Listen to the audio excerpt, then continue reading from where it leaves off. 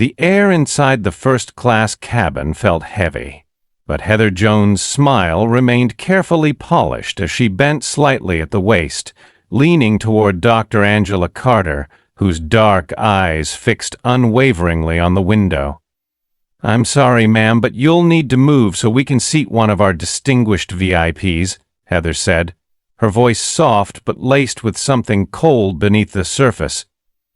The words hung in the air like a blade just drawn, sharp and deliberate. Angela Carter, CEO of Carter Innovations, a billion-dollar tech firm specializing in AI ethics, sat perfectly composed in seat 2A, a position she'd reserved weeks ago, her platinum membership card resting on the tray table like an unspoken declaration of her rightful place. Yet Heather's request was not born from any clerical error. It was a performance carefully staged for Meredith Blake, a sharply dressed white woman standing nearby, arms crossed, the subtle gleam of her diamond watch catching the cabin light as she tapped it impatiently against the table's polished edge.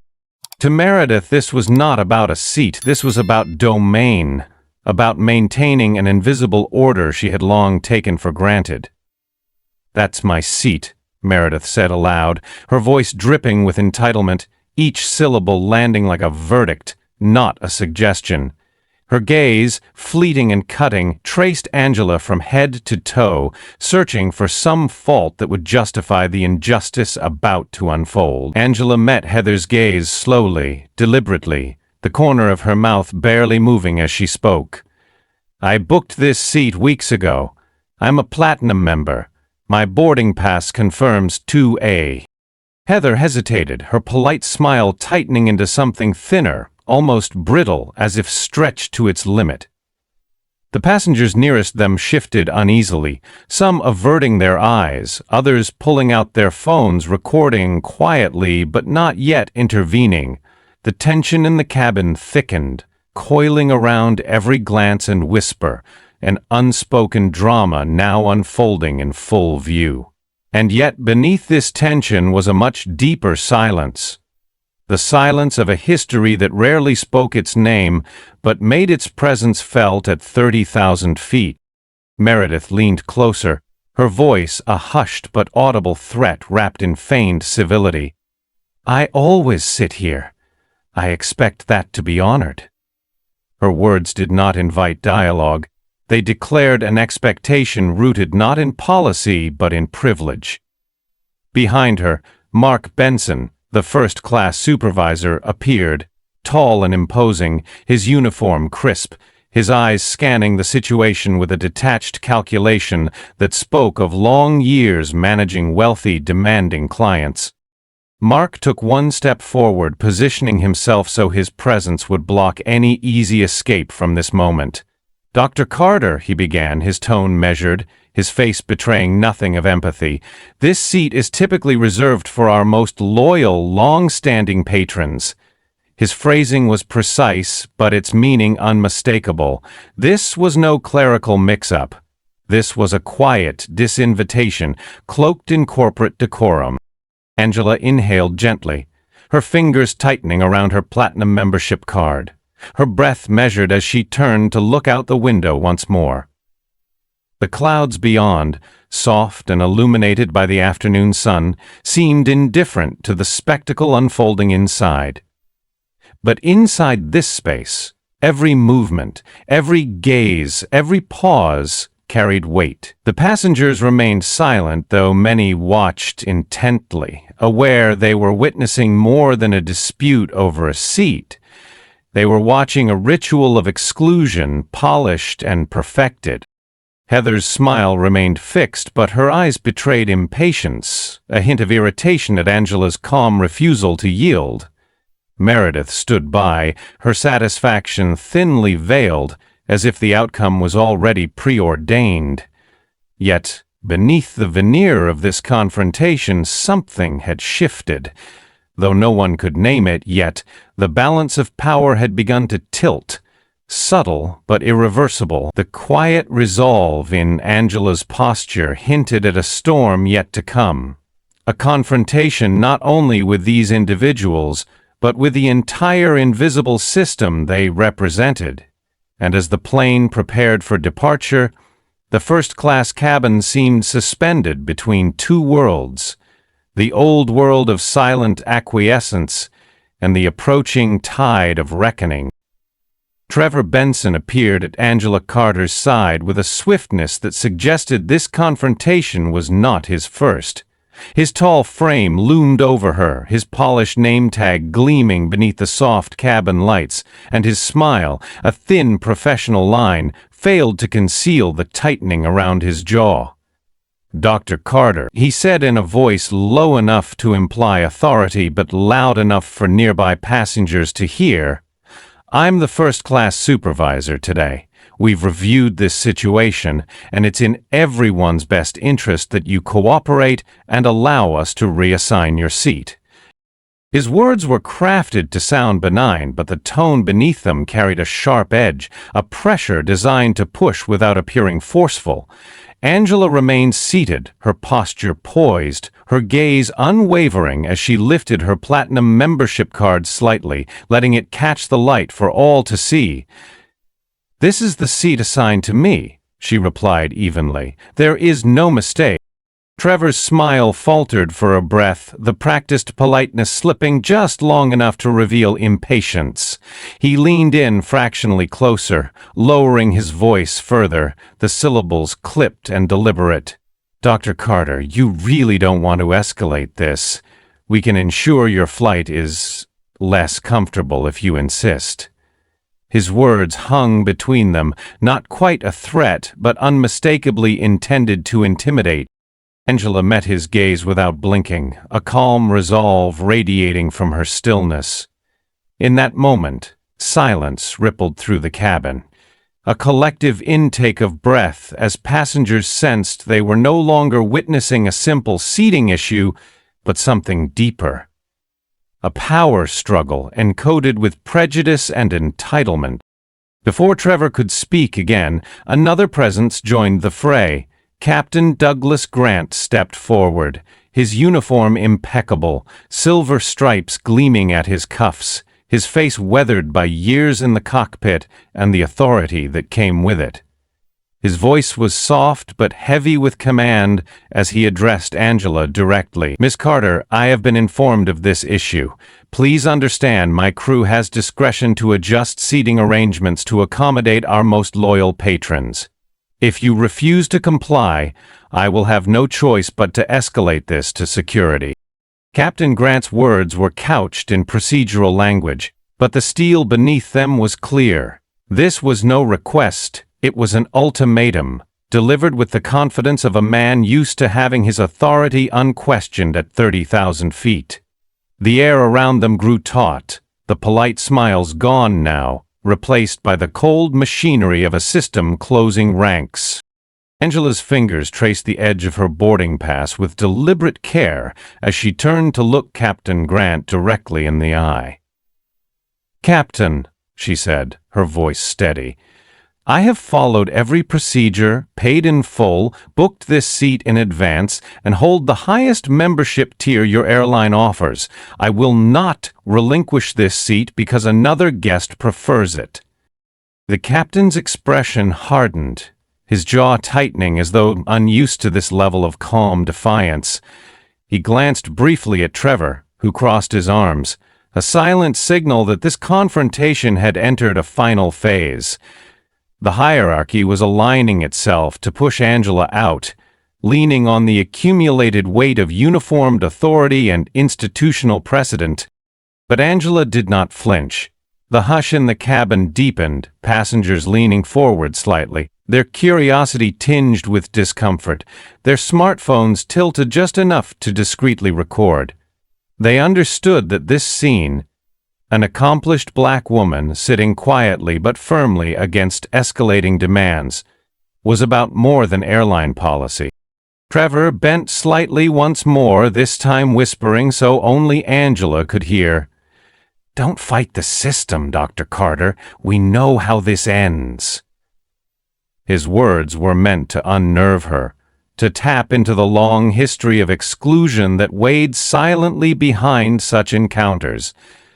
Yet Angela's stillness, her refusal to meet intimidation with submission, turned his whisper into an indictment. Around them, eyes watched not just for the outcome but for the meaning beneath the exchange. The atmosphere inside the cabin had become electric, charged with a quiet understanding that history itself was unfolding in row 2A, one calm, unbowed refusal at a time. From her seat just across the aisle, Rachel Wynne observed everything with the sharpened awareness of someone who had seen too many similar moments unfold quietly, unseen, and unresolved. A digital journalist by profession, she often traveled light, blending into her surroundings, but now her fingers worked with practiced ease as she angled her phone subtly beneath her sweater, the camera already rolling. The lens caught every detail. The rigid set of Trevor Benson's shoulders as he loomed over Angela Carter, the cold gleam in Captain Douglas Grant's narrowed eyes, and Heather Jones, hovering nearby, with a brittle smile stretched thin across her lips. Rachel's heart beat steadily, but she felt a low thrum of tension in her chest, a recognition that this was no isolated encounter. This was a microcosm of power revealing itself, polished in manners but raw in exclusion, played out in real time against the quiet dignity of a woman who refused to bend. She adjusted the zoom slowly, capturing Meredith Blake's impatient tapping of her diamond watch, her sharp glances at the passengers around her, as though daring them to object. The whispers began then, soft, hesitant but unmistakable, as passengers leaned toward one another, some mouthing their disbelief, others quietly urging Rachel with their eyes, encouraging her without words to continue filming. No one else had stepped in directly, but their silence was not passive now. It was attentive, charged with the weight of what was unfolding before them. Rachel's phone recorded it all. Trevor's pointed phrases about long-standing patrons, the cold cadence of Captain Grant's ultimatum, Heather's uncomfortable sidelong glances as she tried to maintain the fiction of decorum, and at the center of it all, Angela Carter sat perfectly still, her platinum membership card held lightly between her fingers, her gaze steady, her breathing slow. The sheer grace in her refusal transformed her into something far larger than one passenger protecting a seat. It transformed her into a symbol. Rachel typed quickly with one hand as she filmed, sending a quiet message to her editor. Capturing incident. Possible discrimination. You need to see this. Even before the confrontation reached its peak, Rachel uploaded a short clip, just 40 seconds long, to her personal account. The caption read simply, "Platinum member denied rightful seat. Politeness masking discrimination? You decide. Justice for Angela."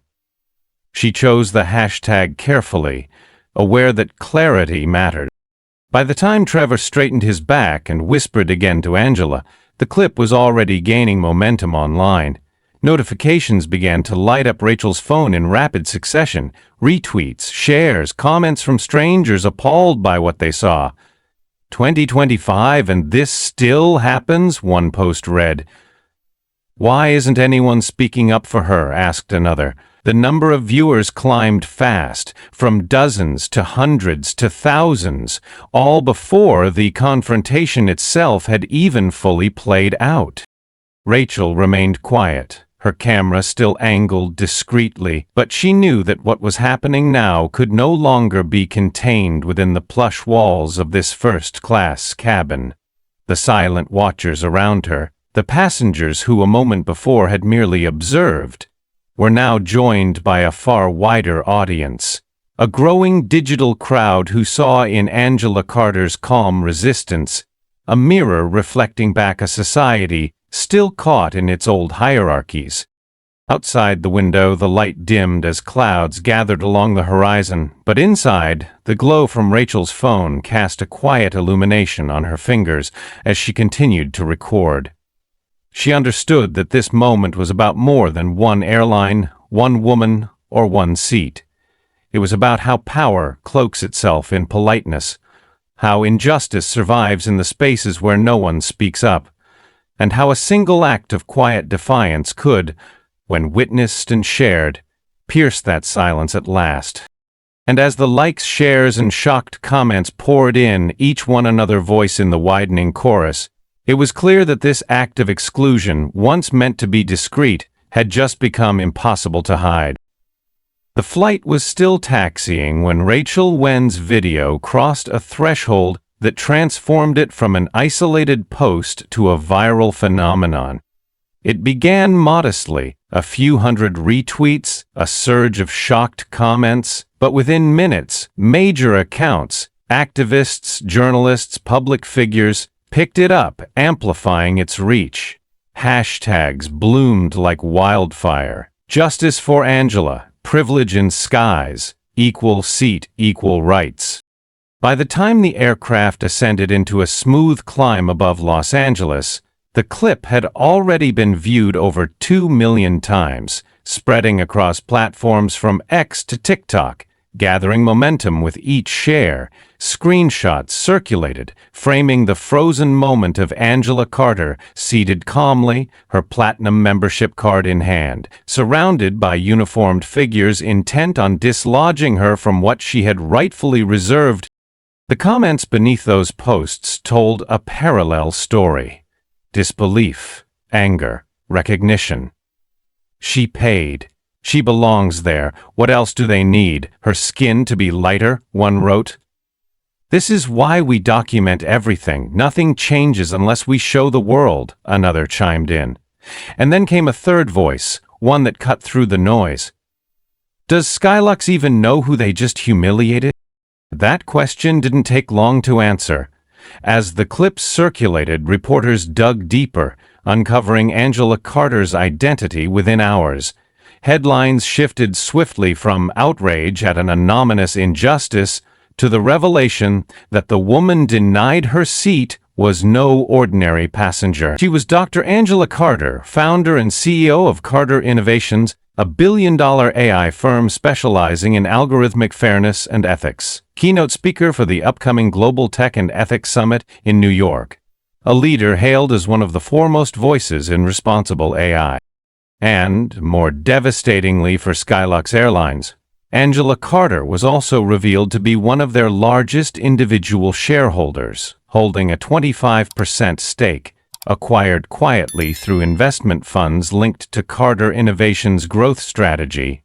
Her company was not only a critical vendor, providing Skylux with cutting-edge AI tools for customer service optimization, but she herself sat at the center of its digital transformation plans. The woman dismissed so casually that afternoon could, with a single call, pull both financial and technological support, shaking the airline's foundations. Inside Skylux Chicago headquarters, this reality hit like a lightning strike. The executive suite, normally calm, hummed with frantic activity. Richard Williams, Skylux seasoned CEO, stood stiffly before a bank of monitors, showing not stock tickers but a scrolling tide of furious public commentary in international headlines. As his head got bigger, his every channel carried variations on the same damning theme. Platinum member forcibly removed while privileged passenger waits smugly. Victim revealed as top tech CEO and major investor. Phones rang endlessly. Legal counsel advised caution, but PR teams knew instinctively that no carefully worded statement could contain the storm now unleashed. Richard's inbox filled with messages from board members and institutional investors demanding explanations and immediate action. In that boardroom, the old calculus of privilege crumbled. Skylux hierarchy had assumed Angela Carter was merely another passenger to be managed, another inconvenience to be moved quietly aside.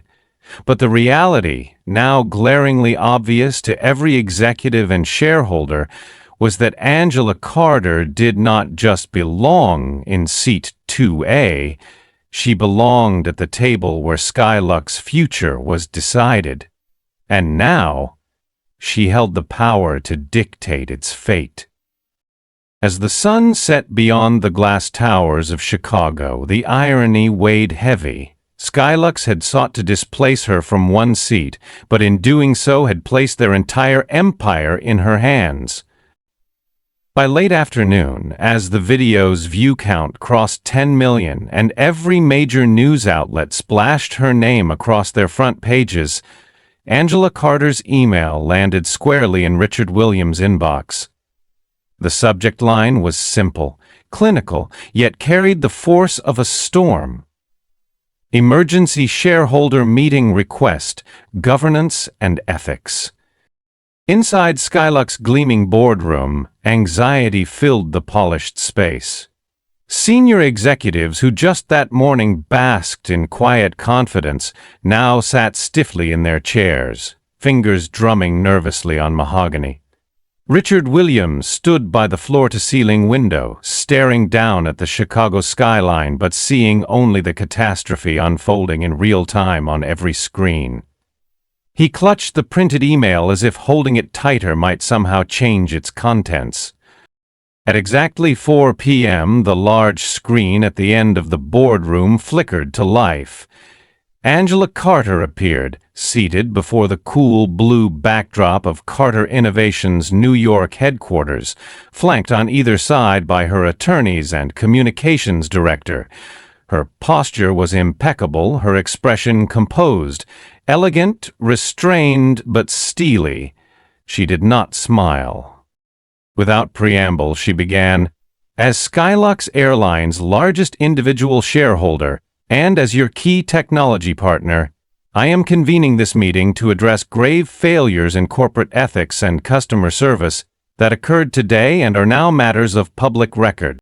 Her voice was calm but decisive, each word measured for precision, each pause filled with a tension that no one in the room dared break. With a nod to her attorney, Angela shared her screen. There, for all to see, played Rachel Nguyen's now viral footage, unedited, clear, irrefutable. Trevor Benson leaning over her with cold condescension. Captain Douglas Grant issuing threats of removal. Heather Jones standing by silently as Meredith Blake slipped folded bills into her uniform pocket.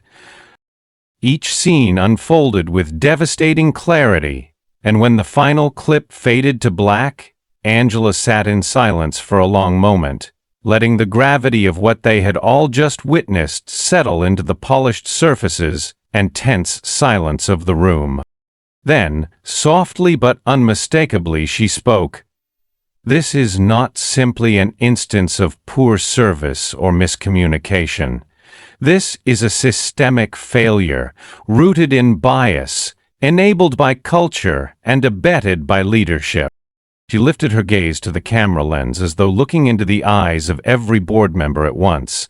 "I am therefore demanding immediate termination of 3 individuals: Trevor Benson, first-class supervisor, Heather Jones, lead flight attendant, and Captain Douglas Grant. Their actions reflect not isolated mistakes but deep failures of character that jeopardize Skylux's integrity and public trust." The directors exchanged uneasy glances, some shifting in their seats, others leaning back as if physical distance might shield them from accountability. But no one spoke. The evidence was overwhelming, the public fury outside the boardroom walls undeniable. Angela continued, her tone even and without rancor. "These dismissals must be accompanied by a full public statement acknowledging the real reasons for their removal: ethical breaches, complicity in discrimination, and conduct unbecoming of a service organization." Her attorney handed her a document. Angela held it up briefly for the camera to see. "Should Skylux fail to meet these conditions within 24 hours, I will authorize the liquidation of my 25% holding and terminate all technology contracts, a decision that would materially affect the airline's future operations and investor confidence." The words landed with finality, no hint of vengeance, no raised voice, only an unshakable assertion of justice calmly delivered. Across the boardroom, silence reigned. Richard Williams felt the full weight of her gaze through the screen. There would be no negotiations, no soothing platitudes, only a clear line drawn. Either Skylux acted swiftly and publicly, or faced collapse. In that moment, everyone in that room understood that Angela Carter had seized control, not out of ambition, but because principle demanded it. And Skylux Airlines, stripped of its old illusions, was now utterly dependent on the grace of the very woman it had tried to remove. By dawn the next morning, the decision was made. Not in whispered discussions or behind closed doors, but under the relentless scrutiny of a world that had been watching, waiting, and judging. At precisely 9 a.m., Skylux Airlines issued a public statement, not buried on their website's press page, but splashed across every digital platform they controlled. We regret to announce the immediate termination of employment for Mr. Trevor Benson, first-class supervisor, Ms. Heather Jones, lead flight attendant, and Captain Douglas Grant. This action follows clear evidence of professional misconduct, discrimination, and a grave breach of Skylux values and service commitments. We deeply apologize to Dr. Angela Carter and to all our customers who expect fairness, respect, and integrity. The language was measured but unmistakably direct. There were no vague references to performance issues or internal reviews. This was an admission, full and unequivocal, a rare moment of corporate clarity in a crisis that had stripped away all pretense. The reaction was immediate and thunderous. Media outlets interrupted regular programming to announce the dismissals live. Headlines scrolled across television screens. Skylux fires 3 over discrimination scandal. Justice for Angela Carter. Airline takes historic step. Privilege confronted at 30,000 feet. Social media erupted with a fresh surge of posts. Some celebrated the outcome as long overdue accountability, while others reflected solemnly on how quickly bias could hide behind polite uniforms and scripted service smiles. The hashtags evolved Justice for Angela, now joined by Skylux Reform, Leadership Accountability, and even Dignity in Skies. In airports across the country, travelers paused at newsstands and coffee kiosks, reading the headlines, shaking their heads and murmuring to one another. What had begun as an isolated injustice had become a national conversation about corporate culture, power, and the silent assumptions embedded in luxury service. But Skylux did not stop at the firings. At noon that day, Richard Williams stepped in front of cameras himself, a weary figure, but one finally confronting a truth too long ignored. Flanked by senior executives and legal counsel, he addressed the world with a candor rare for any CEO under siege. For too long, he admitted, Skylux Airlines has operated under assumptions that rewarded familiarity and privilege, sometimes at the expense of fairness and inclusion. We failed, not only Dr. Carter, but also the thousands of employees and passengers who trusted us to reflect their dignity equally. Then he delivered the announcement that would shock even the most cynical observers. Effective immediately, Skylux Airlines would suspend all operations for 48 hours to conduct mandatory company-wide training in anti-discrimination practices, unconscious bias awareness, and ethical customer service. Training that would include every single employee, from baggage handlers to boardroom executives. In those 2 days, no Skylux plane would take off, no booking agent would answer a call, no luxury lounge would serve champagne. The airline, normally a symbol of constant motion and polished service, would come to a full stop to reflect, retrain, and reset. The financial cost would be staggering, but the symbolic cost of inaction had already proven far greater. Investors who might have panicked instead praised the bold move. Human rights organizations lauded the unprecedented step as a model for true corporate responsibility. And throughout it all, one name remained central: Angela Carter. She had neither demanded retribution nor revenge. Her insistence had been simple and profound: justice not as punishment alone, but as transformation, a turning point from which Skylux could never return to its old ways. By sunset that day, it was clear that Skylux crisis had become its reckoning, and that reckoning had become a revolution. Where once privilege had ruled by habit and silence, a new standard was being written, one defined not by exclusion, but by the quiet dignity of those who would no longer yield their rightful seat. While Skylux Airlines remained grounded for its unprecedented two-day pause, Angela Carter worked quietly behind the scenes, not to savor victory, but to design something more enduring than headlines or viral applause. To her, true justice was not measured by firings or public apologies alone.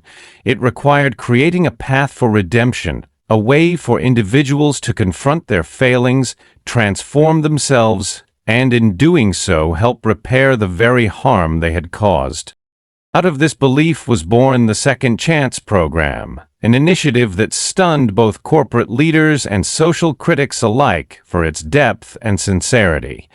Rather than permanently casting Trevor Benson, Heather Jones, and Captain Douglas Grant into infamy, Angela offered them an opportunity few had imagined: to undergo a rigorous months-long journey of reflection, education, and service. A personal and public reckoning that would either redeem them or reveal them unwilling to change. Mark Benson, the first to enroll, arrived at the program's opening session in a plain shirt, stripped of his once immaculate supervisor's uniform. He sat stiffly at the back of the room, arms crossed, eyes darting between the facilitators and the small group gathered.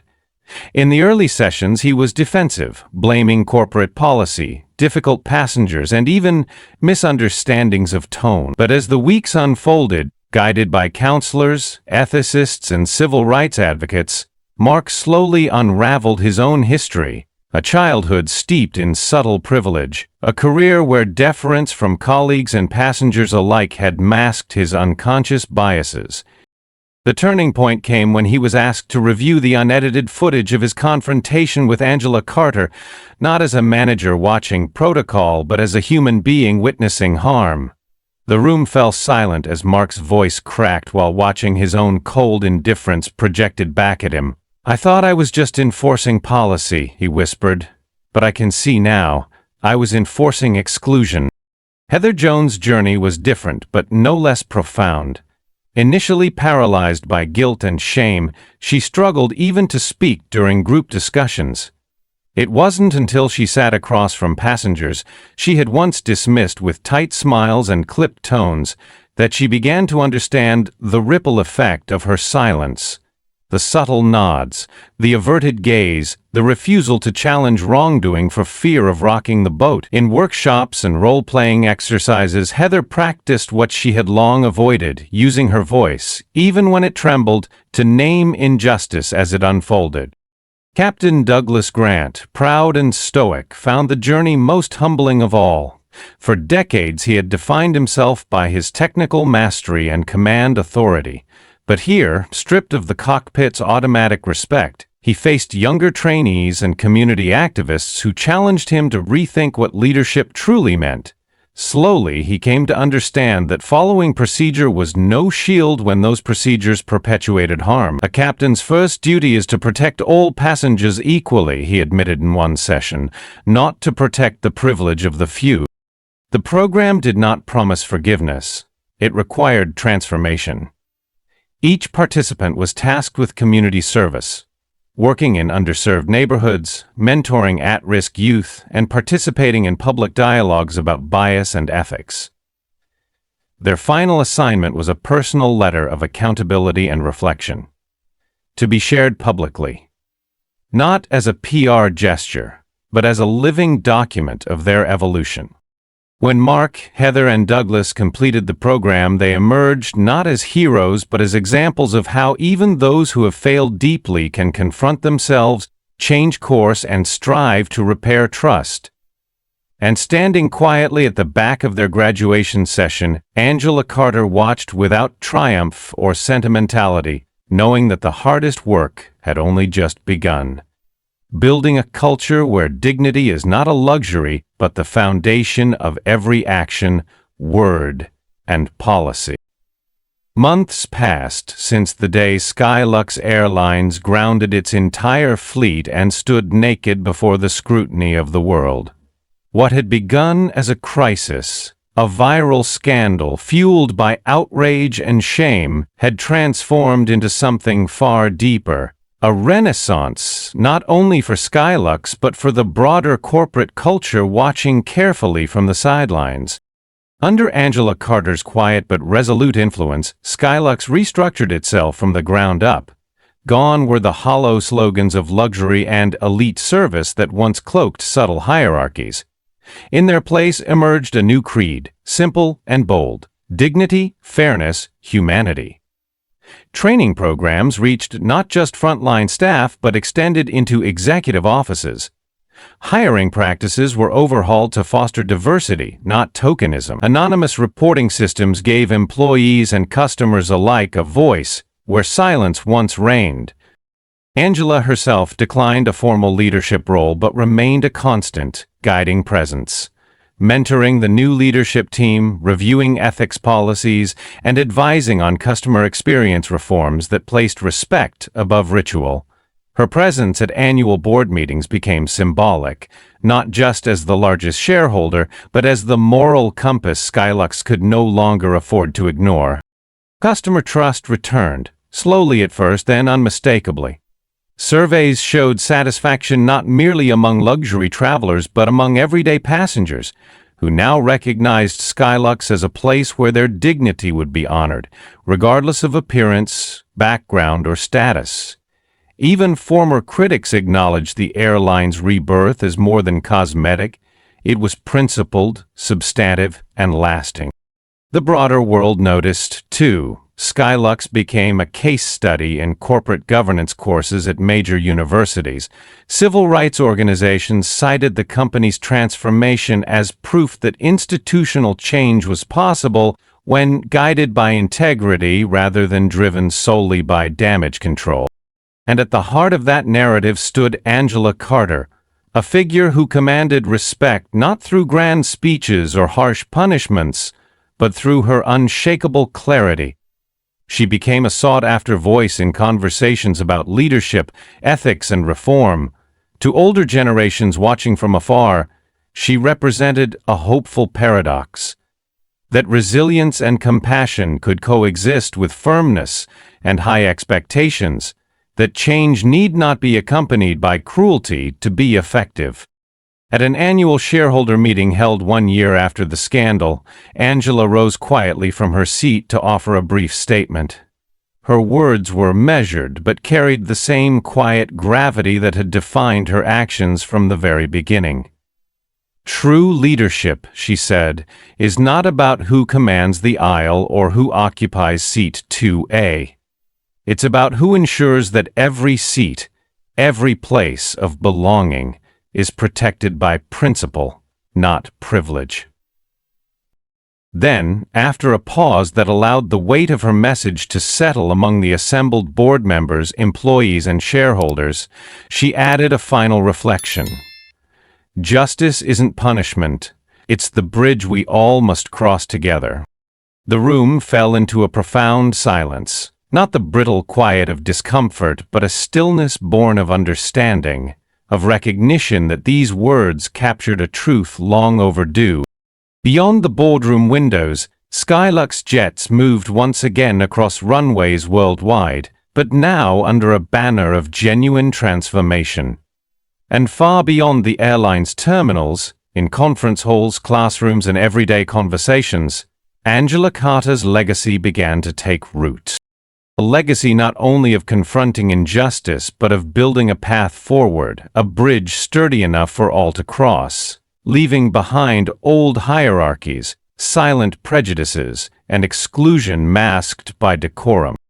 And though this chapter of Skylux story was coming to a close, the deeper story, the one Angela had written through her quiet courage, was just beginning, still unfolding in every organization, boardroom, and seat where dignity and justice must finally, irrevocably take their place.